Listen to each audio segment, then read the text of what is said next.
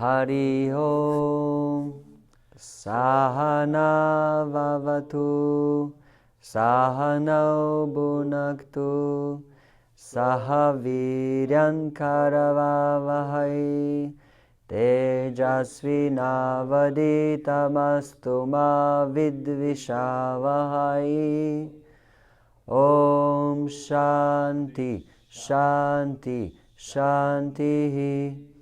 Om Jaya Shri Krishna Chaitanya Prabhu Nityananda Shri Advaita Gadadara Shri Vasadi Gaura Bhakta Vrinda.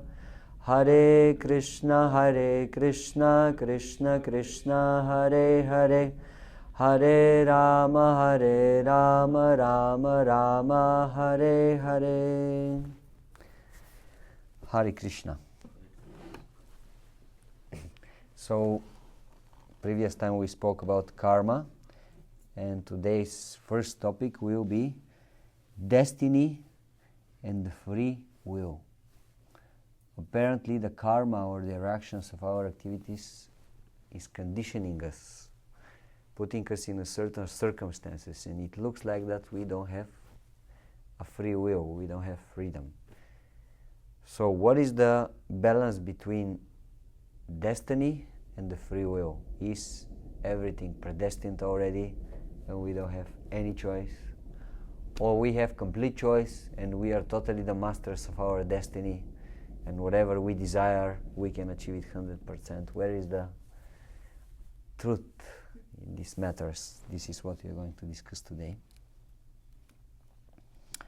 So, many philosophers, theologians and scientists, they were thinking deeply on these questions during the centuries. People generally like to think that they are totally free. Isn't it good to think that you are totally free and you can do whatever you like until the time for the next rent to be paid comes?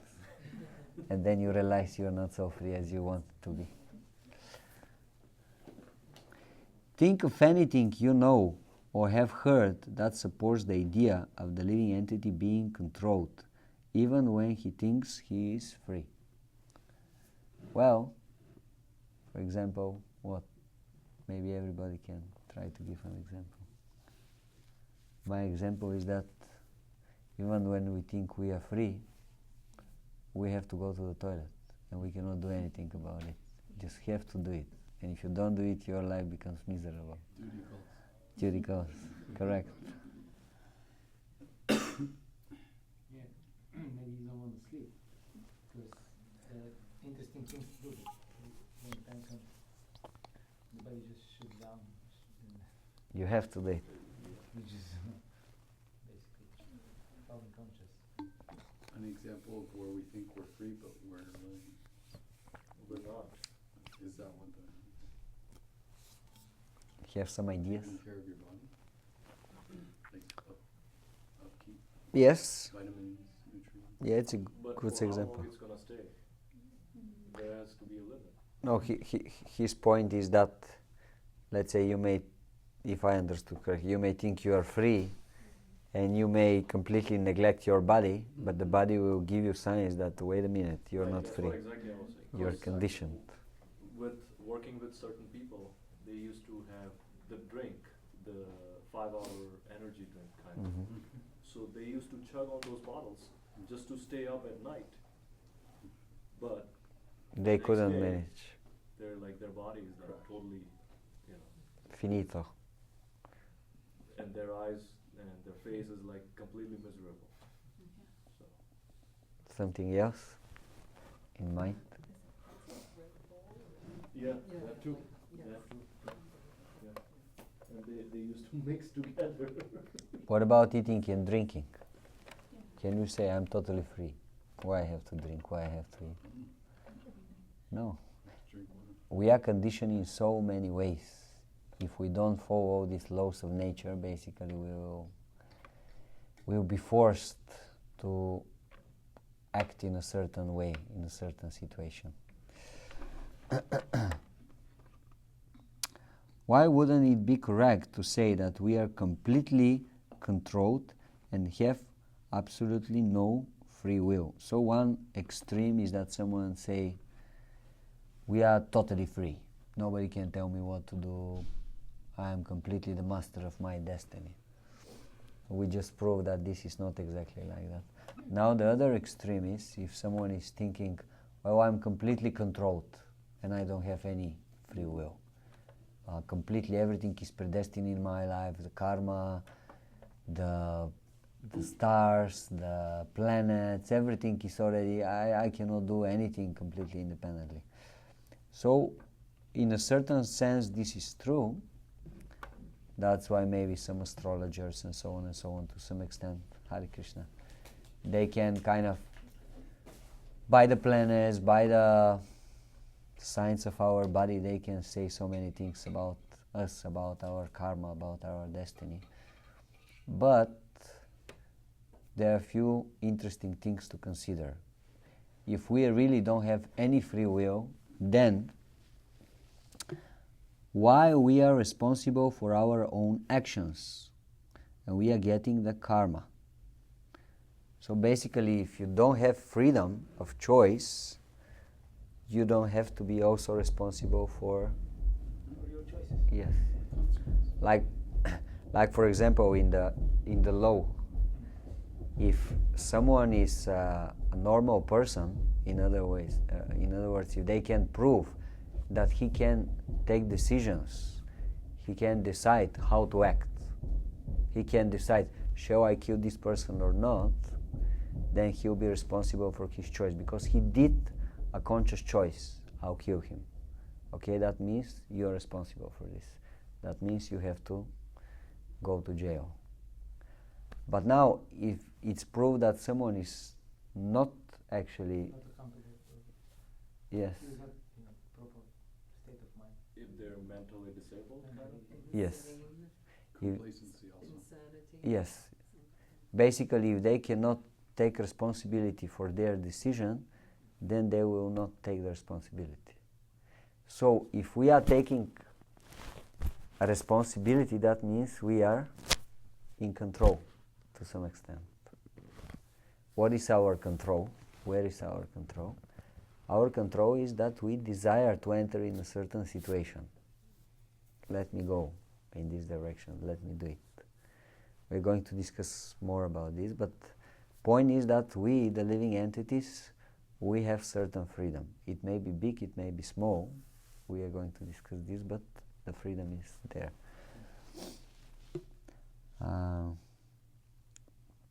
For example, animals don't accumulate karma because they cannot make independent decisions.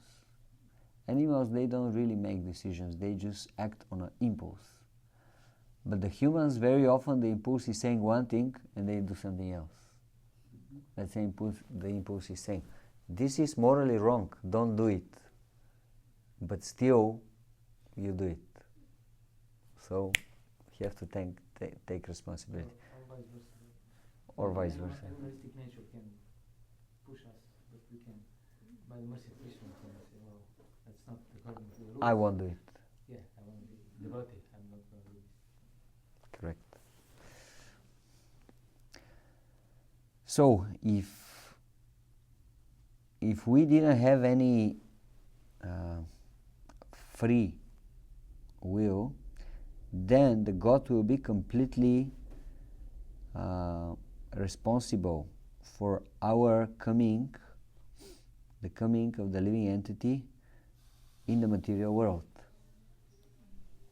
So basically we can throw the whole guilt on God. Whatever is happening here with us, good or bad, we can immediately say, He is wrong. Why? Because I don't have any free will. That I'm here, this is not my problem, because I didn't came here because of my desire. God, He just threw me here. And now I'm suffering, that means He is the wrong one for my sufferings. So it's very easy to wash your hands, throw everything to God, throw the responsibility to God. But it's not exactly like that. Because we know we came from the spiritual world here because of our desire.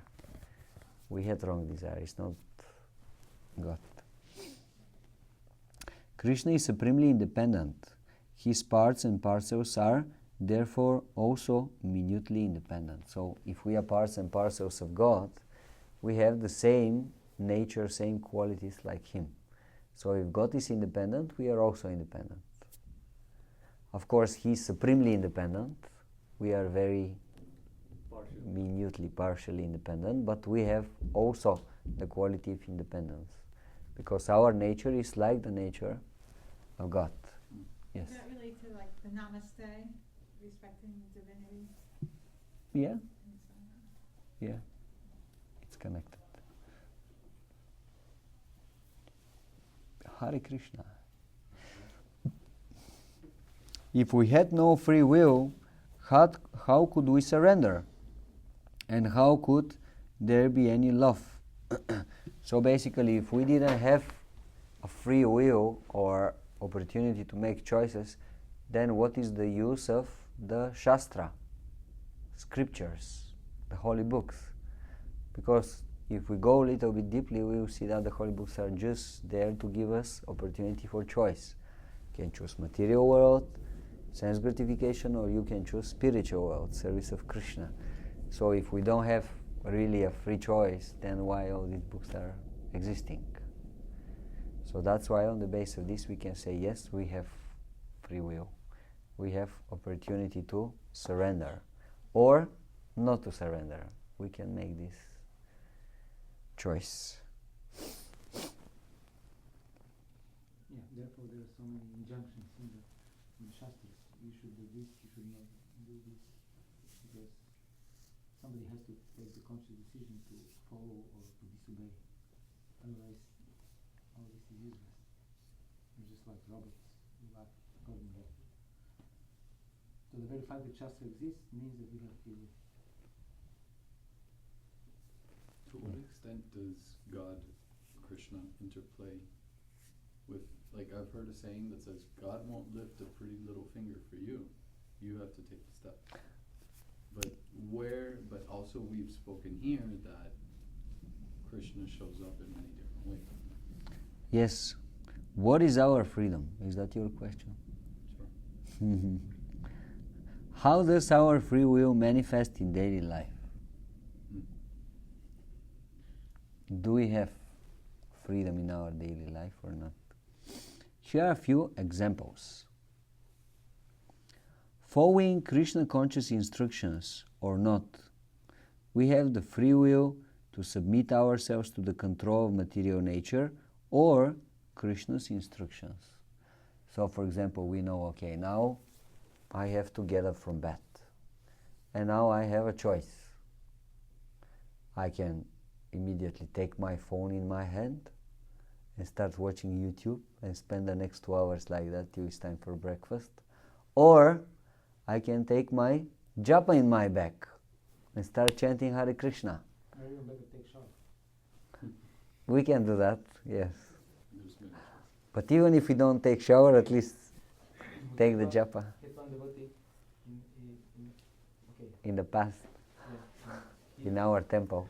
So the part of the temple was actually outside. There was some renovation in the temple, and then some devotees were sleeping outside on the veranda. It was warm, the weather was okay. So he had his bed, and then above his bed there was The kind of shelter. Like a roof. The roof. Yes. roof, and then on the roof there was his japa was there, and then when he would wake up, he would just, and there were pictures of Krishna like this, so he would just put his hand and start chanting like this. And that was how he was chanting his rounds while And looking then in when Krishna. he finished his rounds, he just take off his hand and he continues sleeping. He doesn't do this anymore. Okay? So he moved on. Someone corrected him. You mean he moved on? He advanced now. He got initiation. And Now he is getting up from bed and then chanting his rounds. Oh, That's what he wants. okay. We also at that time when it was this, how to say, like renovation of the temple, because the temple was a little bit open from one side, So at some point we were doing Srimad Bhagavatam class every morning. Every morning when we start Srimad Bhagavatam class, one cat was coming and just lies down there, where is the speaker, and stays. And when it's about time, the class to finish, goes away. And next day, same time, the cat again comes. So she was there to listen to Bhagavatam. I guess so. There was no food, so I guess that was the reason. To come and listen Bhagavatam. Or the soul. But there was another example of that dog with the Harinam, right? In Mayapur. In Mayapur, yeah. They call it the Harinam dog. One dog, every day, the same time when the Harinam starts, the dog comes and walks all the time with the Harinam.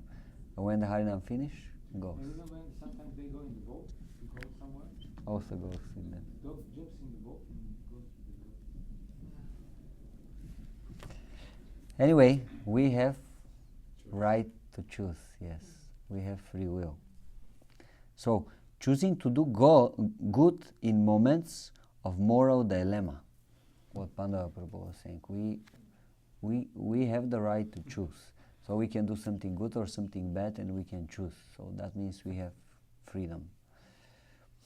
A person may become attracted to a certain mode and thus associate with it and thus develop that mode more within himself. So we know about the modes of material nature, goodness, passion and ignorance, you know. So basically we have the choice with which mode to associate. That means what time of the day we will go to sleep and what time of the day we will get up. We have this freedom. What time we will eat our food, what kind of food we will eat. Is it going to be vegetarian or not? This is our freedom. In what environment, with what kind of people we are going to associate. So we have freedom to do these choices. So that means the living entity has some free will. However, already in our past we did some choices. And these choices, to some extent or other, already give like a corridor in our life.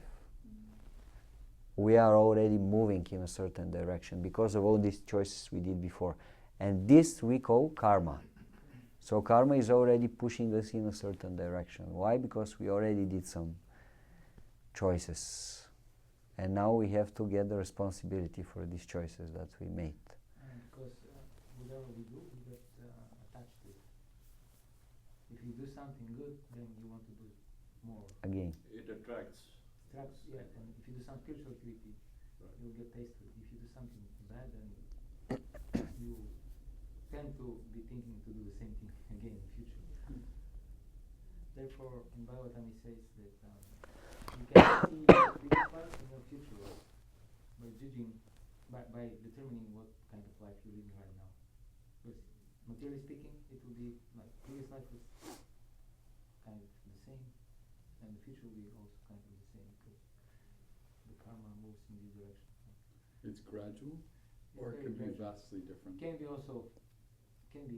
but usually in this one human form of. Anyway, it's gradual, but can be also like can go to hell, like in this after this Right. immediately. In the, There could be drastic changes there may be drastic. or effects to the action. Okay. But the choices that we are making already, they are constricting our consciousness in a certain way. And so according to the consciousness that we have, we will have to go to a certain place in the universe. Because with a certain type of consciousness, you go to a certain places. For example, if you develop very degraded consciousness, generally those kind of people, they live in strange places, not like the best place with the best air and this and that. Sometimes there is exceptions, of course, in Kali Yoga. But generally, according to the consciousness, you go to live a certain place. Or if you go to a certain place, you see generally people with certain type of consciousness. It goes like that. So there is a nice example given here. It's just like a plane that moves in a certain direction. So once you are in the plane goes. and that's it. You cannot change the direction of the plane. Unless you fly. Unless you fly. But you may fly down, so it's not very good. But you have a choice. First, you had a choice to go in the plane or not. You may choose in which plane to go. So one plane may go to Los Angeles, one plane may go to India. You can choose. Once you are in the plane, that's it. You go in this direction. But before that, you have the right to choose. And even once you are in the plane, within the plane, you have also a freedom of choice. You can sleep or not, you can eat or not, you can speak with someone, you can sit on one place or the other place. So still you have some amount of choice. This example is given. So basically we have a freedom, but our freedom at the same time, because of our previous choices and our previous consciousness, is already going in a certain direction. And these previous choices, they create what is called samskaras or vasanas in the mind. These are impressions. They are stuck. They are collected in the subtle body, and the subtle body keeps all the memories from all material existence that we have. It's in the mind.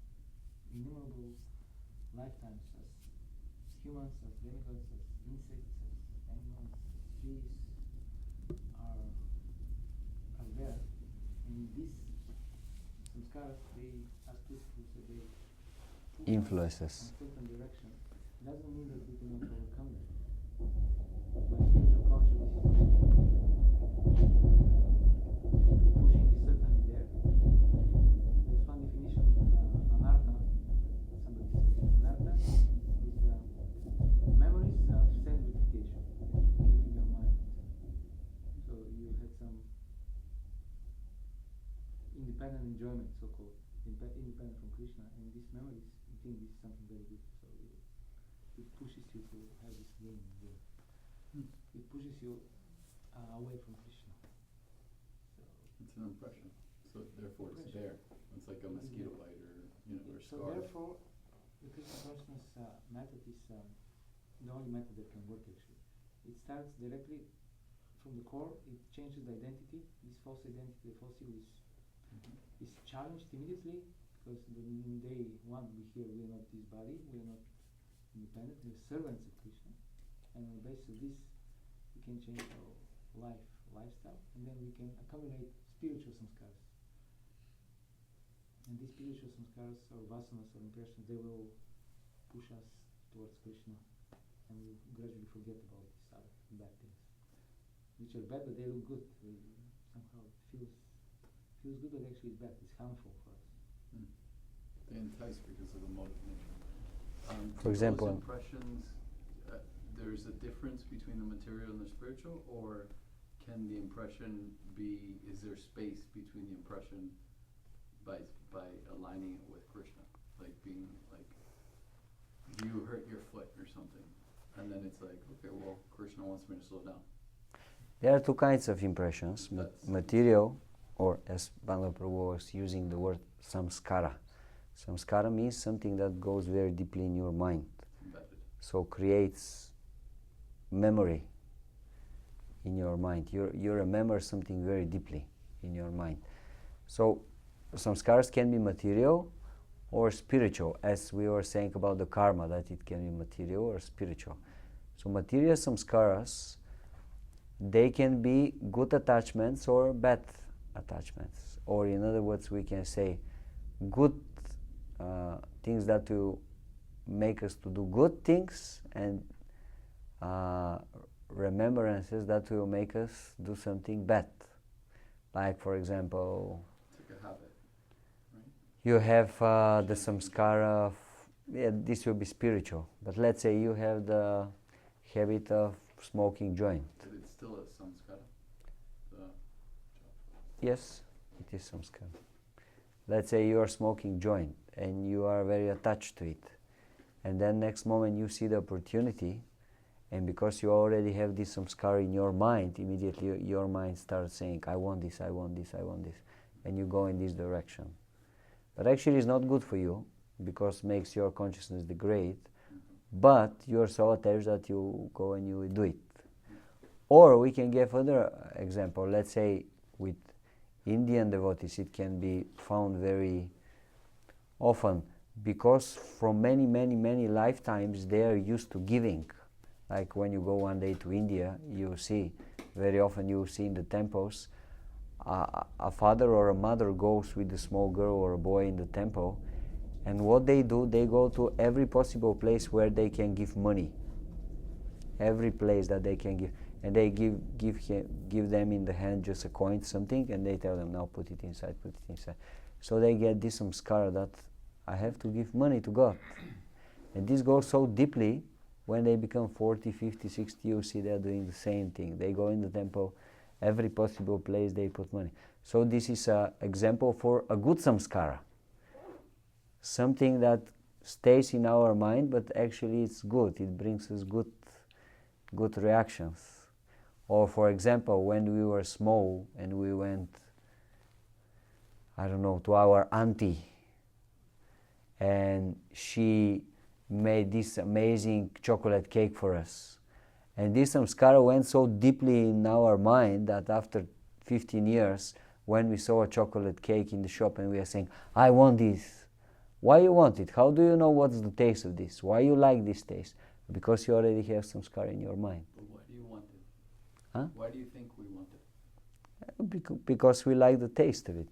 Is it the taste or the experience around it, like feeling home? Yes. Feeling It's also nurtured. A taste means experience. It's like nature and nurture. Like smoking the joint from past experiences, it hasn't really meant smoking the joint. You don't salivate for the leaf. You crave. Create a certain relax. expression in your mind. Or there's something alongside it that if you create space, you could be like, wait, I just want to relax. Okay, it's been a long day. Go for a walk. Call a friend. Massage your foot. There's Correct. I don't know. Correct, yes.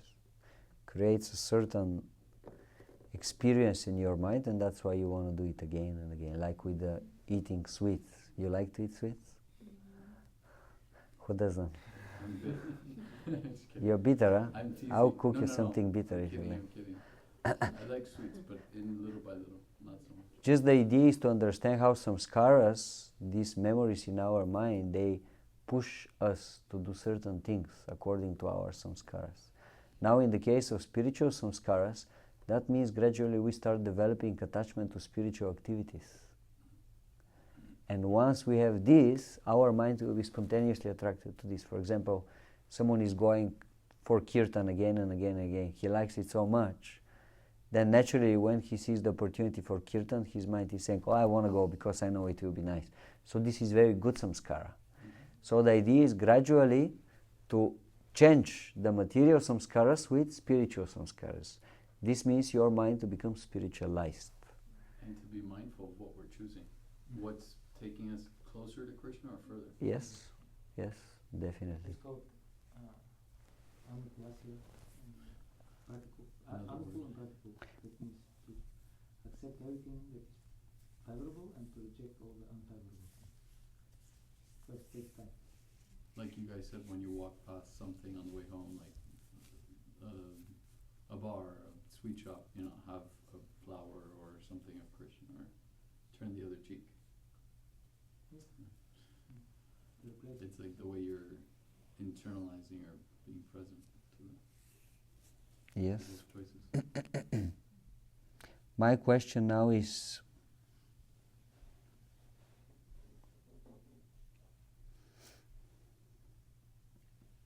why we have a freedom of choice? Why? Okay, let's start from this point that we could say the greatest pleasure the living entity gets is from developing relationships. So why do we need a freedom of choice in the relationships? Can you have a meaningful relationship without freedom of choice? I'll put the question in this way. What do you think? You can have a meaningful relationship without. For example, you have a kid and your kid wants to, I don't know, go outside to play, and you say, no, I'm your father, you have to stay here with me and love me. And you take a rope, bind your kid for the bed, say, now stay here and love me. Is it possible? That's not love.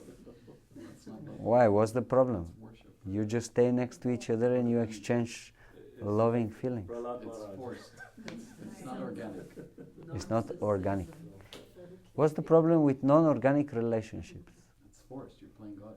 Let people be who they are. Don't control. So what's the problem with force? There's no assertion. It contradicts choice. No, but To they stay don't here, have to go. You stay next to that No, person. I'm if you just, feel- with my force, I'm helping you to make your choice. Let's just put it like that. Yeah, but then you're robbing someone from the freedom of choice.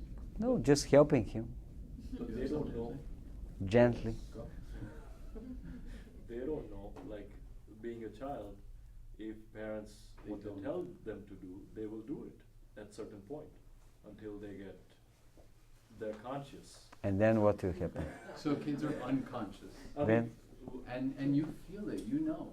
right. You know it when you're sitting next to someone and you're friends. You know, you can know them for a minute or 100 years. You're like, you know if you can drive with the person. Right. It's maybe consciousness. I'm not a doctor or scientist, But what will happen with the kids when they grow up? they will have all fol- those impressions. They will follow the same kind of routine. Once That's they're, the Need or sense, resolve. once they start feeling that they are separate individuals, suddenly their opinion may start varying from yours. And then they may want to go in one direction. And the parents may say, no, this is the right way. They'll say, no, wait a minute, I can take my decisions on my own. So this shows freedom. Without freedom, we cannot really have meaningful, deep relationships. Because a relationship means voluntarily. You have to do it voluntarily. If this is missing, then we don't really call this a relationship. So the same thing is between the living entities and God, Krishna. Krishna, he is the all-powerful personality. He can do whatever he likes. He just give a sign, all the living entities immediately they will completely surrender, lying on the floor. But this is not a fun for him. Rather, he wants to create opportunities for the living entity on their own to desire a relationship with God, with Krishna. Loving relationship. This is what is going to give him happiness. And he knows that this is what is going to make the living entities happy as well. So basically, this is the essence of the whole philosophy of Bhakti or Krishna consciousness. Without freedom of loving expressions, we cannot have connection with God. We cannot have Bhakti. Bhakti means out of your free desire, you go and you do something for God. And when God is happy, you also become happy. We have this famous verse from Srimad Bhagavatam, Yata taror mulani chechanenya tripyanti tat skanda bhujo pasaka prano pahara chetendriyanam tataiva sarvarhanam achyuteja. In the same way, when we put water to the roots of the tree, the whole tree gets his nourishment. All the branches, all the leaves are getting nourishment. So in the same way, the living entities, just by serving Krishna, who is the root of our existence, get their nourishment, their happiness. In the same way, how the body gets nourishment when the food is put in the stomach, automatically all the hands, legs, every part of the body gets energized. In the same way, when we serve Krishna, who is the root of the whole existence, automatically we are getting our nourishment, we are getting our satisfaction, our happiness. So if we are voluntarily, out of our free will, do something for Krishna with love and devotion, this is what will make us happy. This is the right way to use our free will. Anyway, our free will is very, very small, because by nature we are very, very small. The soul is, do you know what is the size of the soul? 10,000 of the hair, tip of the hair. Tip of the hair. Correct. 1/10,000 of the tip of the hair. So if we are so small, we cannot pretend that we are going to be the masters of the universe. It's not possible. So now our choice is under which influence we are going to be. under the influence of material nature or under the influence of spiritual nature. If we are under the influence of spiritual nature, that means we are cooperating with spiritual world.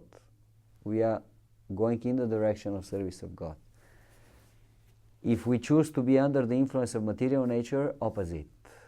We will just stay here and our free will will become smaller and smaller and smaller. So we have this small freedom of choice to decide under which influence we are going to be.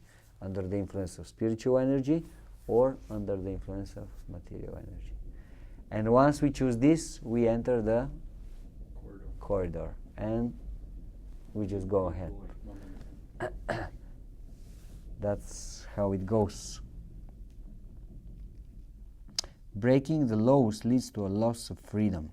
So God creates so many laws in this material world, especially. If we are not following these laws, this puts us in situation where our freedom is limited more and more and more and more. We can see this with people who are breaking the laws, but we can also see this in our life. Let's say, for example, you should follow a certain lifestyle of daily schedule or eating, but you just decide, I won't do that, I won't follow this. Okay, there is a consequence because you break the laws.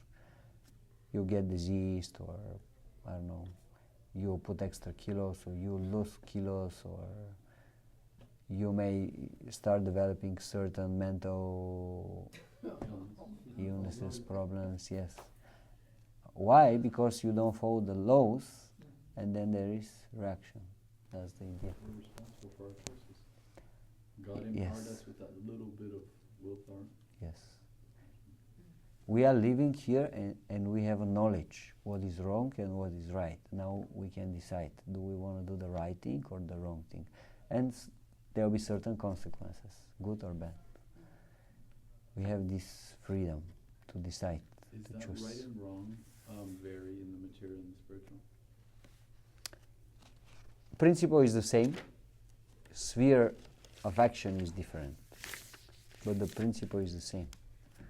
Right and wrong in material sense and in a spiritual sense is the same. Like, for example, material sense, to be selfish is bad. To be selfless is good. In the spiritual world, to do things for Krishna is good. To do things for yourself is bad. The principle is the same, just the sphere of action may be different. Like, yeah, because in the material and spiritual world, they are functioning under the rule of Krishna, because Krishna is the master of both. So here, the only difference is that here we're working with material which is less required matter, and there they're working with spiritual, conscious material. It's not material because it's conscious. So, and then there is no death, there is no birth, there is no decay, disease. But the consciousness can be the same. Therefore, persons who are in Krishna consciousness here, in this material world, for them, this material world is spiritual, and their bodies are spiritual also. Their activities are spiritual. They spiritualize everything because they use everything in Krishna's service. In the material. In the material, yeah. And then material ceases to be material. It spiritualized. gains, its original quality. But then why do some people push back against that? Like, if someone does spiritualize the material experience, why would people give you feedback of like you're philosophizing or it's not spiritual, or everything's not spiritual? It's like, well, that's your perspective. Is it just perspective? Yeah, because people are, like, does Maya distort? Does the illusion impede upon your way of knowing? No, but what I will say or what you will say, this is not so important. It's important how God is seeing the things. This is the ultimate reality. I may say many things, this is good, this is bad, but this is my perspective on things. I may say to steal it's very good, because you're helping others to get rid of their bad karma or good karma. So they'll become free from reactions, they'll go faster to a spiritual, so to steal it's very good. This may be my philosophy. Who says that this is right or wrong? So it's not important what we say, it's important what Krishna is saying in the Shastra, in the holy books. That's the, we could say, the right criteria, what is wrong and what is right. Do you have some questions on this topic about the free will and The destiny and our responsibility? So if we have to conclude with few sentences, yes, we have a free will. That's why we are responsible for our choices. But our free will is actually not so big as we think it is. We just basically have to decide in which corridor to enter. In a spiritual field of activity or material field of activity. And there will be some consequences, good or bad, according to our choices. And one more thing I would like to say is that it's very good if at least for the serious choices in our life we always take the help, the opinion of some mature person. If it's in the material sphere of life, it can be just materially mature person. If it's connected with the spiritual part of our life, it's very good to take also the opinion of someone who is spiritually mature. Because these choices that we are making, they can influence our life to a big extent. For example, you make a choice to go to live in, I don't know, Amazon jungle, and you don't have any devotee association there. Well, maybe this is not a very good decision.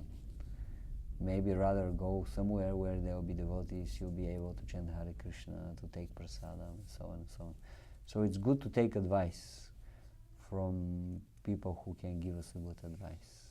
Someone that we trust, and someone who is kind of experienced, he can give us a good advice.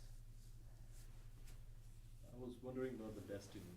Like, how do we know the destiny of, where to go? And I mean, obviously, the spiritual way will give you certain destiny, but like with the To what extent we have destiny? Like how one knows their destiny, kind of.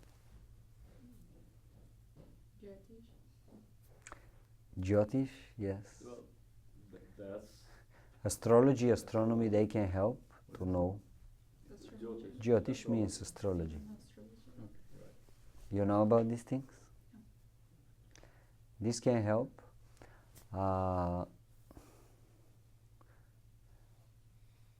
If we see our mind also can help.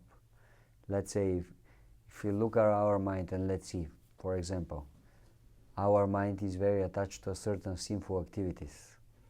Well, this definitely means in our previous life we were doing these sinful activities. That's why we have these attachments. Or our mind is attached to a certain very good activities. Well, that means in previous 1, 2, 5, 10 lifetimes we were doing such kind of activities. That's why we have now these inclinations to do certain things. In this way also we can understand. Is that irrelevant? Hare Krishna. Is that relevant to like DNA or It's connected, but it's more subtle. right? But we could say, yes, the DNA and all these things, they're like the gross manifestation of all these laws, Right. subtle laws. Because, yes, DNA pushes you in a certain way, like why you are in a man's body or in a woman's body, why you like to eat a certain food, why you like to perform certain kind of job. You could say, oh, this is my DNA or whatever, but actually this is coming from your subtle body, from your mind. All these samskaras that Pandava was speaking, they push us in a certain direction. The topic is destiny and a free will. First topic that we had. No problem. You'll make us sweets for the next time. That's your punishment. How would that You don't like to cook? No, I don't have patience. Okay, then you will buy for 1 banana to everybody. 1, 2, 3, 4, 5, 6, 7, 8. 8 bananas. 9 is better. New beginnings. That's a good example about how you were saying to notice your mind, and she just acknowledged the fact that she's not patient with cooking. And then what about with free will and choice and destiny? Like, she was meant to be here, and she made a choice to be here, but regardless, but sometimes we don't do it so well, but at least it's good enough, right? Like where could you elaborate? I'm sorry, there's no question there, but do you feel that there is a question? Can you answer my question? But first, please understand, actually, there is no question. No, it's just an observation, but I feel like there's a question. That's the interesting thing in a human life. That's why human life is so interesting. Hare Krishna. That's why human life is so interesting, because in a human life, very often there are serious dilemmas. In other words, your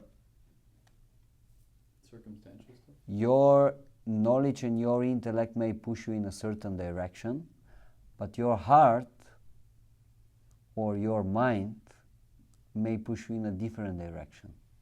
For example, I don't know. Practice yoga. Example is coming in my mind, but I'm not sure if I have to give it. But let's say you like very much this girl, but actually you know she has a boyfriend, and the boyfriend is a boxer, and it's better not to mess. But there is a dilemma. Your mind is saying, yeah, go with her, but your intelligence is saying, don't do it, you have a problem. Or you like to eat so much, fried potatoes, but you have allergy from fried potatoes. And if you eat even 5, you have after that great suffering. So your knowledge, your intelligence is saying, don't do it, you suffer, but your mind is saying, no, I want it. This dilemma is very often seen in the human being. So in the animals, it's not exactly like that. But in the humans, because of our bigger freedom, this dilemma comes. We can decide sometimes not to act according to laws of nature. Animals, very rarely they act not according to laws of nature, but we do it very often. And this creates this dilemma in our mind. So self-imposed dilemmas. They're coming to us, or we create these dilemmas? We created them in our past through our samskaras, the things that we did, and now already in our mind exists a certain map of what is good and what is bad, and what I want to do and what I shouldn't do. But then on the basis of the knowledge that we are getting, sometimes these 2 days are not the same. Like, for example, sometimes you may have the knowledge, oh, it's very good to drink pure water. And I like to drink pure water. So then it becomes very easy. I just go and I drink pure water, I'm totally happy and satisfied. But now let's say, for example, you have the knowledge, it's very good to drink pure water. But actually, you have the great attachment of drinking not pure water, but how you say in English? Spirit? That's the word? Spirits? Alcohol? Alcohol, Spirits, water. yeah. So it's again water, I said soda. but it's not pure water. So the result will be different. So now the question is, what shall I do? Because there is dilemma in our mind. So that's very interesting about the human beings. This dilemma makes the things their life very interesting, but at the same time creates very big extremes, good extremes or bad extremes. Like, for example, let's take the story of Titanic or Romeo and Juliet. These are very extreme situations. Or Troya, you know, Troya, Iliad. A very, intelligence and the mind, they go in a big clash in that moment. Okay, let's say the story of Troya, the beautiful Helena. We have this lady and this king Hector, he wants to be with her, but actually it's not exactly according to the laws. And then the other king is saying, if you do that, you have a big trouble. And still he's doing it. And he creates the destruction of a whole dynasty. Or if we take Mahabharata, same thing. Draupadi, extremely chaste lady with 5 husbands, not 1, 5. And still you decide to mess up with her. You have a problem. And not 1 problem, 5 problems. In the name of 5 Pandavas. So intelligence is saying one thing, don't do it, but the mind is saying, no, do it, it will be very nice. And this creates the friction. But actually, if we go deeply, we will see that this reflection from the spiritual world, because this is what's going on in the highest pastimes of Krishna. And that's why these things are happening here.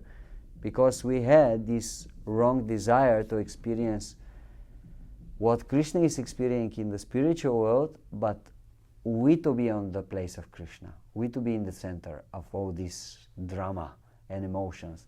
And then Krishna is saying, okay, you cannot do it here. Here I am the center. So I will create another spiritual world for you. It's called the world of Maya. Welcome. You can be Krishna and you can be in the center. Try to enjoy. And now we are experiencing all these extreme emotions and interesting situations, but the result from all of them is problem, suffering. And in the spiritual world, the result from all this extremely intense emotion is unlimited bliss, happiness. So that's the problem. When we misuse our free will, there will be problem, there will be certain suffering. So if Krishna knows this, does he want us to be the center or no? He wants us. And when I say that, I mean like empower yourself. We cannot be. You cannot be something that you are not. Like for example, now you go on the street and you start screaming, "I am a king! I am a king! Everybody should come here, pay obeisances to me, bring me presents, bring me gold." You may want to be, but you are not. So the only result from this will be suffering for you, because you have unrealistic expectations. So that's why Krishna does not want us to be in this situation, because it will be painful for us. We will suffer. How do some of those succeed, like monarchies and the imperialism and stuff? Nobody succeeds. They always fall, they die, but why does it look like they're... Because they have strong desire and they have little better karma than the others. So they are allowed for 5 years to think that they are the great person. And they had the whole earth. The earth is theirs. There is interesting song in Srimad Bhagavatam. It's called Bhumi Gita. Have you heard? The song of Bhumi Devi, the song of earth. So the earth is singing, or we could say laughing, to all these kings that they were ruling the earth, and they were thinking they are the proprietors and enjoyers of earth. And Bhumi is laughing and he's saying, just see all this long list of names. All these personalities, they were thinking they are the great, great kings. Where are they now? And all of them, they were thinking, they own me. I'm their property. But no, it just... Alexander the Great, he went to this famous philosopher, Diogenes, from Greece. He was very famous because he was very intelligent, but he was very austere. He was living, I think I told you one time we were speaking. That was one story. That was the one. That was one story. He was living in this bucket for wine, big bucket for wine. How you call it? Yeah, the barrel. The barrel, yes. Wine barrel. He was living inside this. That was his house.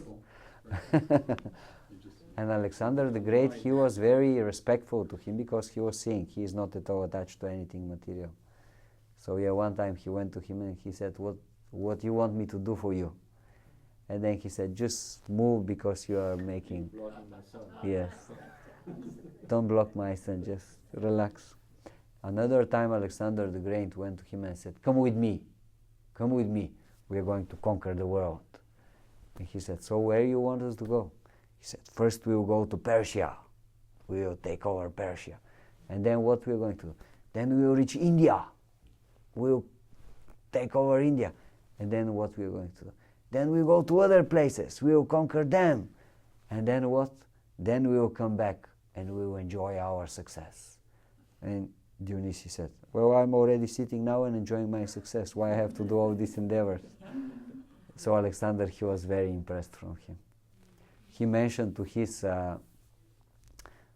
close friends, he said, if I was not Alexander the Great, I would like to be Dionysius. So the idea is that we think we possess something. We think that we are the masters. We think that we are controllers, but we are not. We have only one thing, the illusion to think that we are these great personalities. Just like some crazy person who is out on the street and he's thinking he is the president of United States of America and everybody should listen to him. We are in the same position. We think we own everybody and everything and everybody should do whatever we say. It's not like that. Does it matter if your actions are creating positive consequences for the other people, for others? Like not the crazy man that believes he's the president, but someone that starts St. Jude organization for sick kids or something. They're empowered, they're confident to believe, okay, I'm gonna start this business. It's like to be a small thief and a big thief.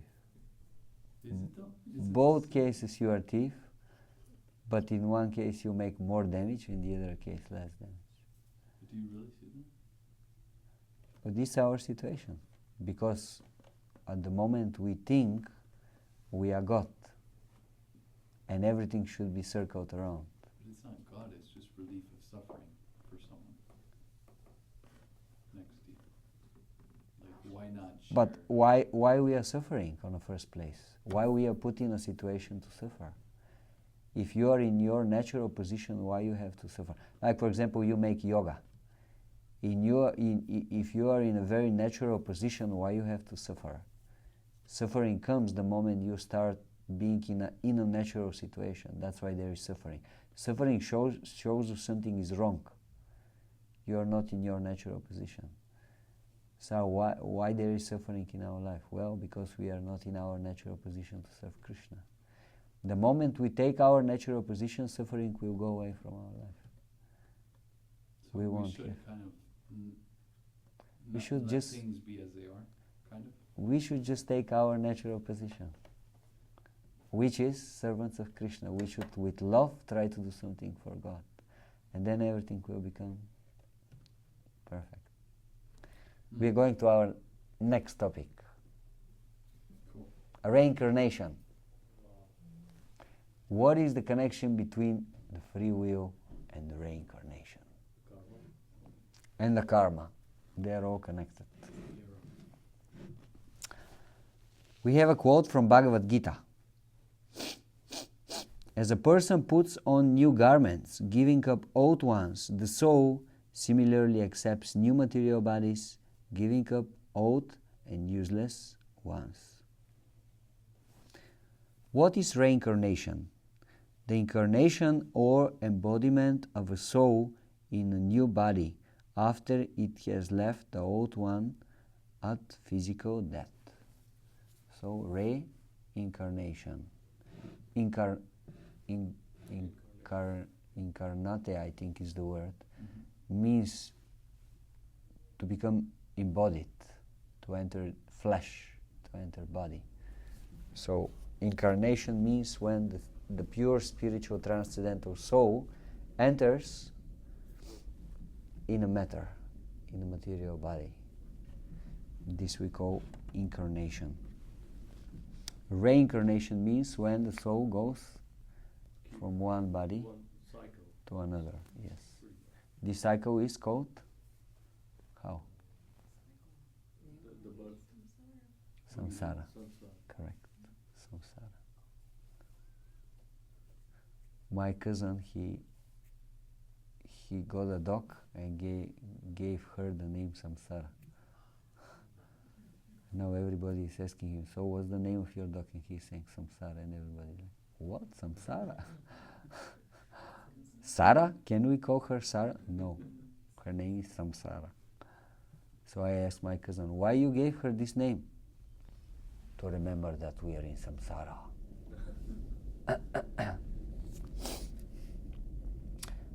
So,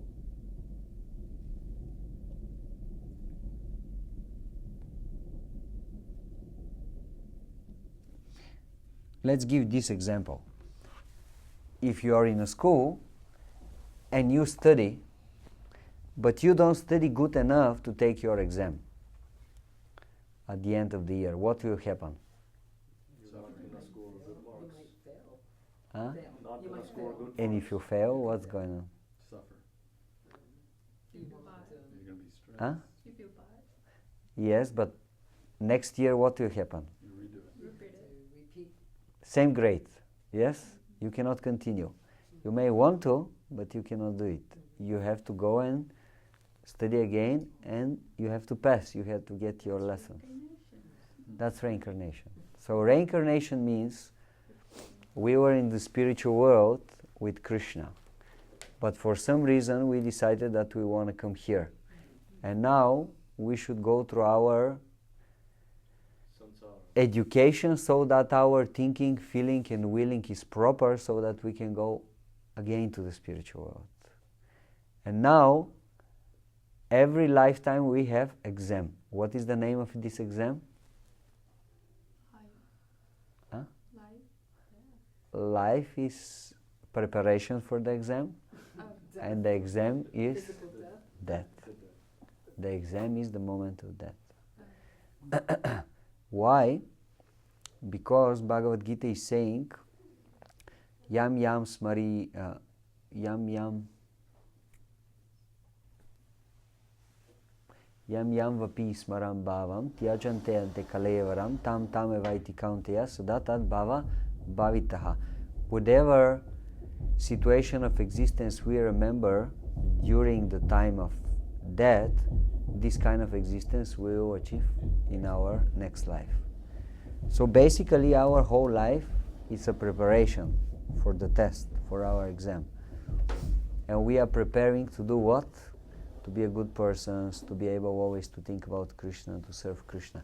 So now, if at the time of death we think about Krishna, we go to spiritual world. If at the time of death we think about heavenly planets and the demigods, we will go to demigods. If at the time of death we think about human beings, you'll go there. If at the time of death you think about ghosts and spirits and such a, how to say, degraded creatures, you go to live with them. So basically, at the time of death or at the time of exam, it will be decided what will be our next destination. But of course, about what we are going to think at the time of death, it depends about what we are thinking our whole life. So that's why we are saying if your whole life you practice Krishna consciousness, most probably 99% you remember Krishna at the time of death.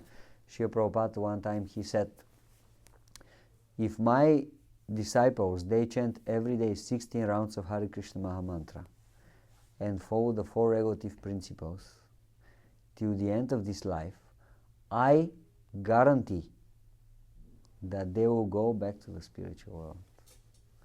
So on the power of the words of Srila Prabhupada, we have his promise that if we sincerely try to follow this process of Krishna consciousness, this will be our next, last life in this material world. After this life, we will go back to the spiritual world. Yes. Did he say something about distributing his books that he'll personally take? Additional conditions. Yes, if you are giving Krishna consciousness to others, this gives you extra credit, and it's a lot. Like that the Prabhupada will personally. You can give them, yes, the books of Srila Prabhupada, or tell them about Krishna, or tell them Hare Krishna Maha Mantra. Every person that we do this bring him and us extreme benefit. So we cannot describe and we cannot imagine how much benefit we are getting for this. But the point is that we have the promise of Srila Prabhupada that if we do these two simple things, just chant every day 16 rounds Hare Krishna Maha Mantra and we follow the four regulative principles, he guarantees for us that we will go back to the spiritual world. One time, after a lecture, Srila Prabhupada was speaking about the same point, and after the lectures, devotee said, so Srila Prabhupada, basically you're saying we have to be 100% perfect to go back to the spiritual world. What if we are not 100% perfect? If we are only 90%, what will happen then? And then Srila Prabhupada told him, he said, if you are 90%, again you will go back to the spiritual world. And all the devotees, Jai Srila Prabhupada. And then Srila Prabhupada was just about to come out from the Vyasa, and they said, and what if for some reason we cannot do it even 90% and we are just 80% qualified? Srila Prabhupada told him, he said, again you go back to the spiritual. And all the devotees, Jai Srila Prabhupada. And then Srila Prabhupada came up from the Vyasa and started going down. That there was like a small stairs. And the devotee said, Srila Prabhupada, if for some reason we cannot do even 80% and we can do just 70%, Srila Prabhupada said, again you will go back to the spiritual world. And all the devotees, Jai Srila Prabhupada. So 3 or 4 times it repeated like that.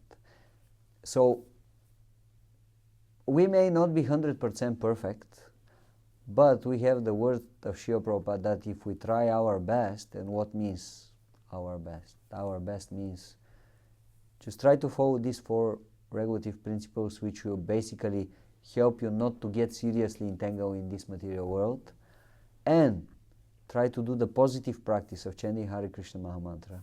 If we do this till the end of our life, Srila Prabhupada is saying, if something is lacking in your life, if you feel you're not perfect, if something is lacking, don't worry. I'll give you whatever is necessary. I'll give you. This is the word of Srila Prabhupada. My spiritual master likes to tell a very interesting story.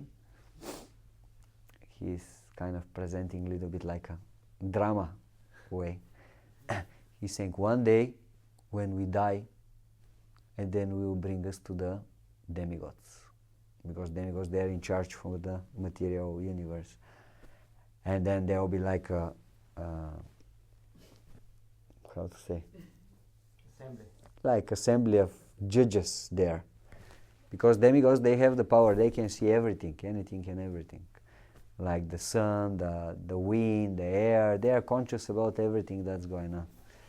And they will look at us up to down, and they say, well, you couldn't quite make it this lifetime. I think you have to go again, back to New York, back to the ghetto, one more lifetime. And then we'll say, what will you say? I want to ask, how about India? Let's go to India. We'll say, oh no, one more life. But then one of those demigods, he'll say, hey, wait a minute, he's from the people of Prabhupada. He was helping Hare Krishna movement to be spread.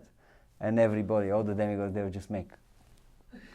From the people of Prabhupada, really? Well, I guess then, okay, go. That's the door, the spiritual world. It's for you, go. So, something like that. We may not be really qualified on our own, but by the mercy of a great devotee, great Vaishnava, if we help him, he's guaranteeing for us that we will be able to do it. We will be able to go back to the spiritual world. So this is our hope. We are not qualified on our own, but we are qualified just by following the desire, the instructions of great devotees like Prabhupada. We can cross over this material ocean of birth and death called samsara. So yes, we were speaking that our lifetime is a preparation, and if we are good in our preparation, then it will be easier to take our exam. Everybody who was a student knows this. If you learn properly your lessons when it was the time, then when the exam comes, you are kind of cool because you know, well, I did my best, now whatever happens.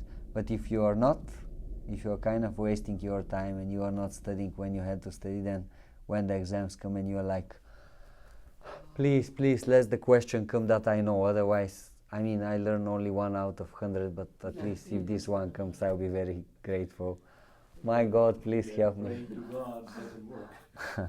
We shouldn't cram at the last moment. No cramming, like it's not going to work. Cramming. I mean, we can use Krishna consciousness in this way also, but generally it's not advised to do it. Like I have a friend of mine, friend of ours, he was a student for a very long time, a university student, because he was very bad with his studies. I think he was student maybe for, I don't know, 10 years, something like that. So all the time delaying his exams. And at the end he decided, no, whatever happens, I just have to take my final exam and that's it. I have to finish with this. And then he had to learn 100 questions for his final exam. And then 3-4 months he was kind of pushing himself to study, but all the time he was going in this direction and that direction. So the day before the exam, he knew 3 of the questions. 3 out of 100. And then he said, I'm not going. How I'm going to go? Like, I mean, I don't know anything. How I'll go? But then he was thinking. He said, no. Anyway, even if I fail, I have to go. Like, so many times I am just delaying. I will not go. This time I'll go. Whatever happen. Krishna, please help me, because he's a devotee. Krishna, please help me. And next day he went on the exam. 1 of the 3 questions came. He wrote everything. He took his exam. I'm not saying that we should do this. I'm just saying that sometimes it may work. Even if we are not the best students, if we depend on Krishna, it may work. Krishna likes to make surprises to his devotees. Sometimes he likes to do this. So yes, whatever state of being one remembers when he quits his body, that state he will attain without a fail. We have few nice quotes from famous people in this regard. I'll just read them, and after that we can comment a little bit.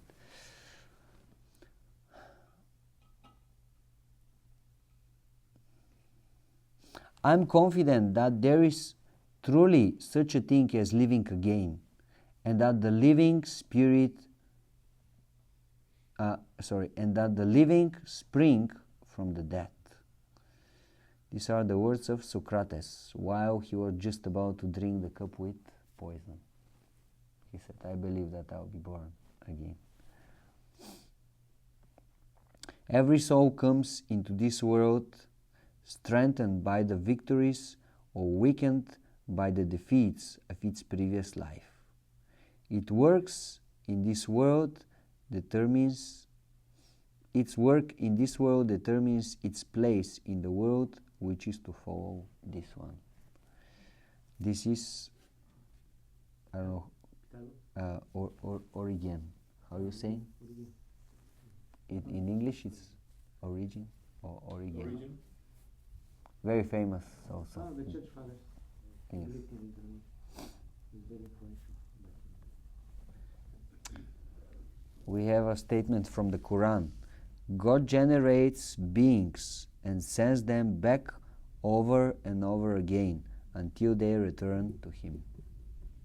It's from the Quran.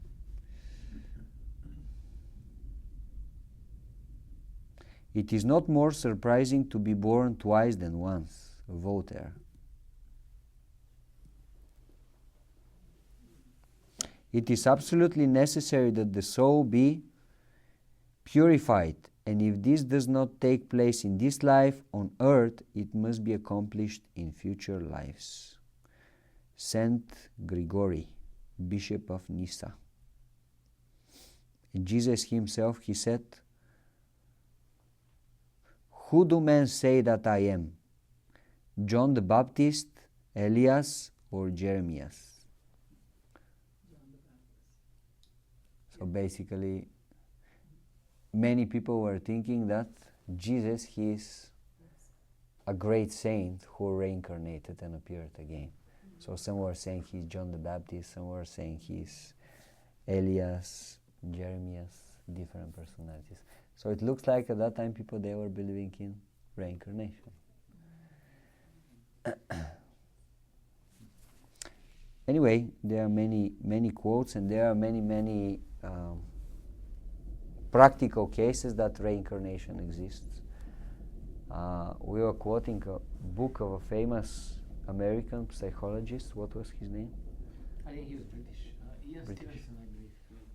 He made the research over 2,000 cases. Yes. It's famous. You can Google it. It's well known. He was going back and checking out all these memories of children. They were claiming that they remember their previous lives. So it's well documented. Interesting thing for him is that he did not believe in reincarnation, but during his psychology practice he met many cases like that, and actually he started his research in order to prove that there is no reincarnation. But with many cases that he came to, he started believing that there is, and he wrote these books with so many cases, like Pandava is saying. 1,000 cases of amazing stories. Like one of the very famous stories is about the boy that start having dreams again and again, how he's a pilot and he's fighting with enemies, but they killed his, they crash his plane, right. and he's catapulting, but he's dying eventually. So he's saying this to his parents, he's drawing this, he's writing his name, what is his name. And at some point, after this repeats again and again, his parents start having some doubts, like what's going on here. And then his father decides to check out. He goes, because he's saying that, they're asking him, so with who you are fighting? He's saying, what do you mean with who? With the Japanese, of course.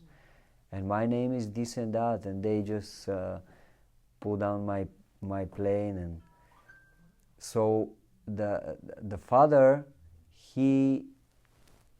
one time there is like a meeting of these veterans from this war, and the father finds who was the captain in charge for all these fighters, who, because the boy is saying from which ship his plane started. So he finds the ship, he finds who was the captain of this ship, and he goes to him and he's saying, do you have a man that was in your soldiers with this and this name? He thinks and he's saying, yeah, of course, I remember him very well, he was this and this. He describes him. In the same lifetime? Yes, in the same lifetime. And then he gives many details. What happened, how he flew with the plane, but then his plane was crashed and he catapulted, but he couldn't survive, they couldn't save him, and all these details. And then the father goes back in very old newspapers online, and he finds an article for this guy and where he was from, because generally when the soldiers are killed, they publish something for them. So he finds all this information about him, and they go and they find his place. And when they come close, and the boy is saying, this is my house, and already while they are entering inside, he's saying, this is my room, oh, this is where I was putting my jacket, I had this and this jacket. And his sister was still there, still alive. And he's saying such a things to his sister. He's saying, oh, this is my sister. He's calling her the name that nobody else used. Like they had some special relationship. And they give interview with his sister, and his sister is saying, he told me things that no one else knows about me. These are things that I shared only with him. So I don't know how this is possible, but I guess my brother is reincarnated in this boy. Otherwise, how he knows all these things? And this is only one of the cases, and he is publishing thousands of those. Does So, it matter to look back at the past? huh? Does like past life regressions really matter? Some people are doing it from the Krishna conscious perspective, not really, because what means past? Like even if you go to someone and he tells you for your previous life or your previous two lives, according to the Vedas, we had millions of lifetimes and millions of things we did and millions of samskars. So just by going life by life and trying to adjust all these things, it's not going to work. There is one solution. If anything, it just clarifies it now. Yeah.